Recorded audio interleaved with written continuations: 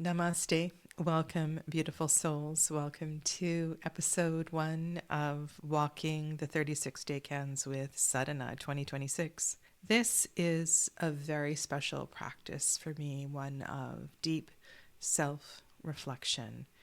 And the intention, the cards that are pulled, the journal prompts, the affirmations, everything that I'm going to share with you today is part of a practice that fills my heart and reaffirms my commitment to the wisdom that the tarot has to offer as guidance and trusted support. On the table, I have a variety of cards for you to talk about. I will tell you what decks they are from and just share their relevance. Before I begin my discussion of this first decan of Aries, I also want to honor the Sabbath of Ostara. And one of my personal practices for the Sabbats is to draw the weaver from the Weaver's Oracle that aligns with that Sabbath. And you see her here on the table. Her name is Weathered Woman of the Twisted Hazel. And I would just like to share with you a little bit of her yarn. In the dawning of the spring, when new light washed over the land, the morning maiden arrived, carried in by the pale sun. Her skirts were stitched from translucent mosses. Her hair was tangled with euphoric breezes. She shone like raw joy. She splashed along a shallow stream and pushed up through the vegetation until she reached a pool fringed with twisted hazel from which the small stream fell. The morning maiden was as young as the water rising from the wellspring and as old as the wisdom that had always inhabited the pool. She lay there on the damp earth for a while, then slid into the water. Her shining moss and tangle spread out over the surface before disappearing into the pool. She drifted deep down beneath the cold, bright water, which slowly, gracefully impregnated her with the fertile sap of spring. She was the morning maiden now, wedded to the sacred pool. Such beautiful offerings Carolyn Hillier has in this deck. And so 21 Wind, Weathered Woman of Twisted Hazel will adorn my altar until the 1st of May. Aries is ruled by Mars, and the tarot card associated with Aries is the Emperor.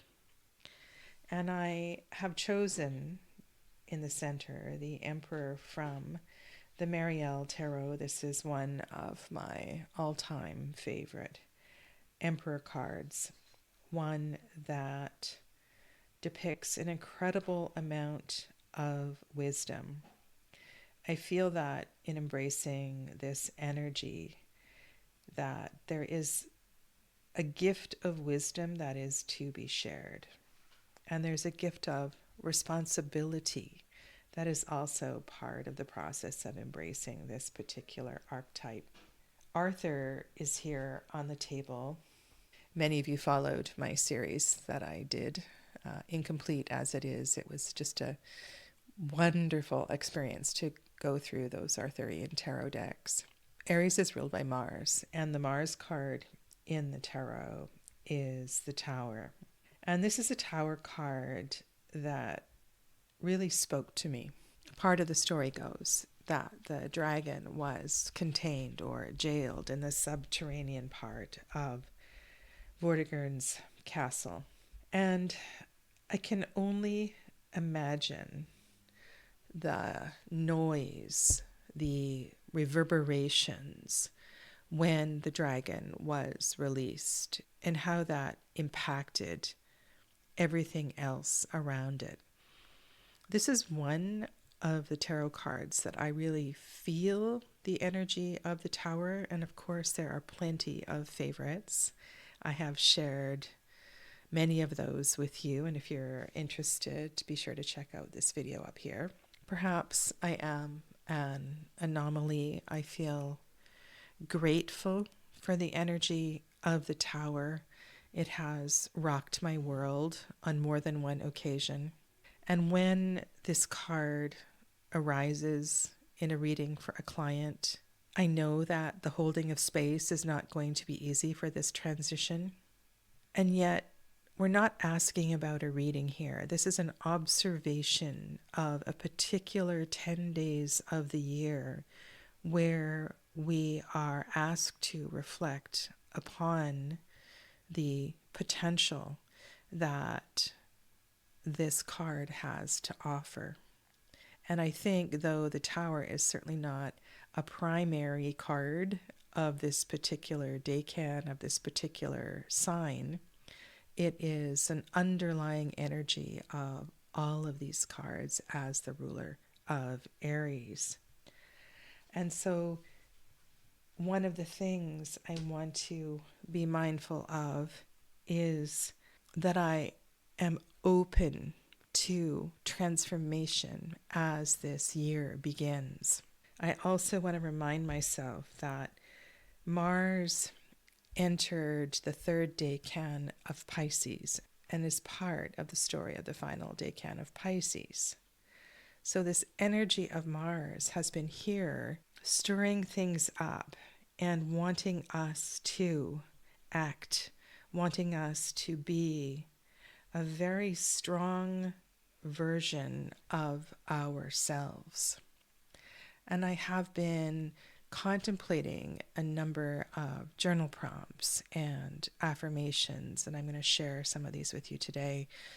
One is, how can I be assertive without being aggressive, and be true to myself without denying that right in others? And part of this comes from reflecting on any confrontations that have been arising and respecting the masculine, respecting the fire, respecting the strength in others, observing that even more as I move through the next 6, 7, 8 to 10 days, because I know that the more I pay attention to a particular theme, the more it's going to show up in my life. And that also gives me permission, in a way, to assert myself in places where I may normally choose to be a little quieter. So there is something really important about this martial energy and taking charge and stepping forth and knowing that my assertiveness is part of understanding my own dominion, my own sovereignty. And you might want to reflect on something like this. How can I reconnect with my own sense of sovereignty and steady foundation? And the Emperor provides that for us, a steady foundation from which to go forth. This is from Journey of the Sacred Bee. I will be sure to list the decks below in the description box. And this, to me, this particular orb with the cross, I think about all directions, tremendous potential. It has a weight to it. And I think with the weight of this particular orb, I feel the accompanying responsibility. This is from Mel Maline's Tabula Mundi. And one of the things that I like about this particular card is the double-headed eagle, looking east, looking west, looking in all directions. There's something very important here about discernment. And I think the pause that is so apparent in the Pamela Coleman Smith artwork is one of powerful reflection. And I can't forget today to talk about the re part of reflection. Twos reflect relationship. And there are often aspects of relationship that show up in all of the decans of the twos. And with the martial energy here, there's something that is going to shift. All of this has the potential to unfold, to awaken, to open. And one of my favorite two of wands, this one here, I love the sparkly lights in the branches of the trees, the fairy dust. And you can see many things in this particular two of wands. But it is indeed an opening. It's an opening into the darkness, into the abyss. We don't know what's in the distance. We don't know what's on the other side. And yet I feel we are being asked to have faith here. And faith is an aspect, I think, of the Sephira of Geburah that we don't often talk about.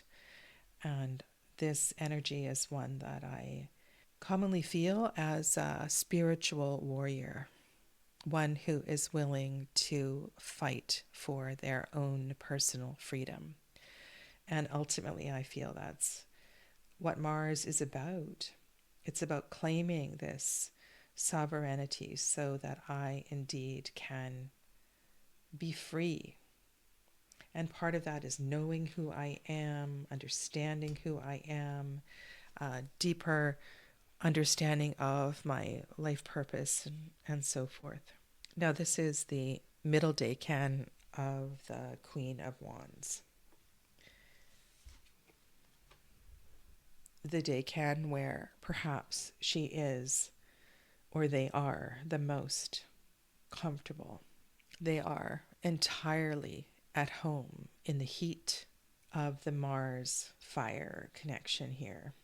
And doesn't this remind you of the pineal gland? And when I say that, I think of transformation. And that ultimately this is about that. It's about picking up our torch and declaring the start of this year as a time for me. How can I embrace this energy? I am open to life's experiences. And what other affirmation might you find as you glance out here?